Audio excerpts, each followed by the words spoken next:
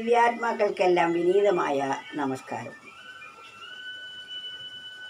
സുഖ ദുഃഖ സമ്മിശ്രമാണ് ഈ ലോകത്തിലെ ജീവിതം. നമ്മുടെ മനസ്സ് ഇന്ദ്രിയങ്ങളിൽ കൂടി ബഹിർഗമിക്കുമ്പോൾ ശബ്ദസ്പർശ രൂപ രസഗന്ധങ്ങളാകുന്ന 5 വിഷയങ്ങളിലൂടെ വ്യാപരിക്കുന്നു.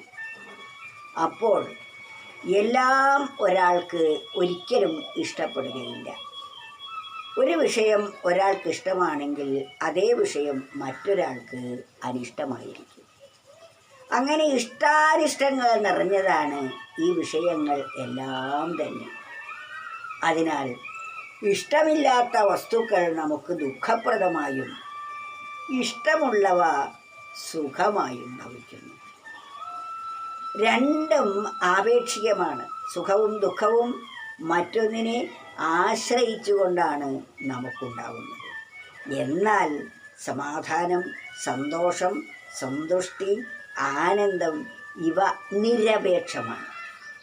ബാഹ്യമായ ഒന്നിനെയും ആശ്രയിക്കാതെ ഉണ്ടാവുന്നതാണ് ആനന്ദം. അത് ബാഹ്യമായ വിഷയങ്ങളിലേക്ക് മനസ്സോടാതെയാകുമ്പോൾ ആ മനസ്സ് തന്നെ സുഖസ്വരൂപമായി മാറുന്നതാണ്. പക്ഷേ മനസ്സ് അനവധി വാസനകളാൽ കർമ്മ സംസ്കാരങ്ങളാൽ ആവൃതമായതിനാൽ അതിന് ബഹിർഗമിക്കാതിരിക്കാൻ സാധിക്കുകയുമില്ല. അവിടെ ബുദ്ധിയുടെ നിയന്ത്രണം കൊണ്ട് മനസ്സിനെ നാം സ്വാധീനിച്ച് നിയന്ത്രണ വിധേയം ആക്കണം.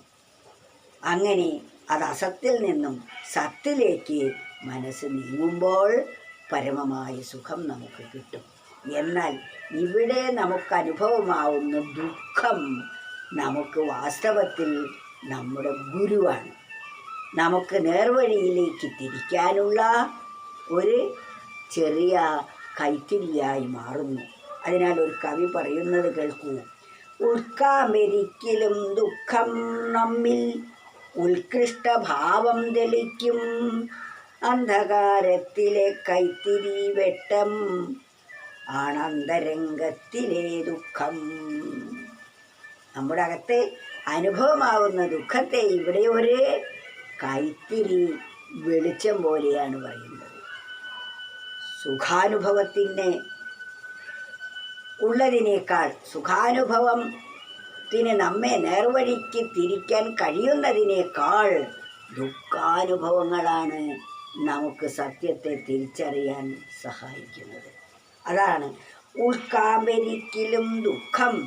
ദുഃഖം നമ്മുടെ ഉൾക്കാമ്പിനെ എരിച്ചു കളയുന്നതാണെങ്കിലും നമ്മെ ദുർബലരാക്കി തീർക്കുന്നതാണെങ്കിലും നമ്മെ നേർവഴിയിലേക്ക് തിരിച്ചുവിടാൻ ദുഃഖം സഹായിക്കുന്നു.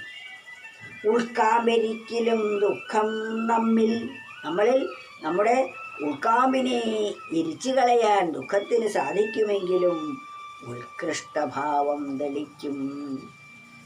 സത്യമായ പാതയിലേക്ക് തിരിച്ചു വരാൻ ആ അസത്യമാർഗത്തിലൂടെയുള്ള സഞ്ചാരത്തിൽ നിന്ന് വരുന്ന ദുഃഖാനുഭവങ്ങൾ നമ്മെ നേർവഴിയിലേക്ക് തിരിച്ചു വിടാൻ സഹായിക്കും. ദുഃഖം നമ്മുടെ അഹങ്കാരത്തെ തല്ലി തകർക്കാൻ സഹായിക്കുന്നതാണ്. സുഖം എപ്പോഴും അഹങ്കാരത്തിന് വളമാണ്. അഹങ്കാരത്തെ തിമിർത്ത് വളരാൻ സഹായിക്കുന്നതാണ് സുഖം. ദുഃഖമാവട്ടെ അഹന്തയെ തല്ലി തകർത്ത് തരിപ്പണമാക്കുവാൻ പര്യാപ്തമാണ് ദുഃഖം. അതുകൊണ്ട് ദുഃഖത്തെ അന്ധകാരത്തിലെ ഒരു ചെറിയ കൈത്തിരി വെട്ടം നമുക്ക് വഴി തെളിയിച്ചു തരാൻ സഹായിക്കുന്നതാണ് ദുഃഖാനുഭവം.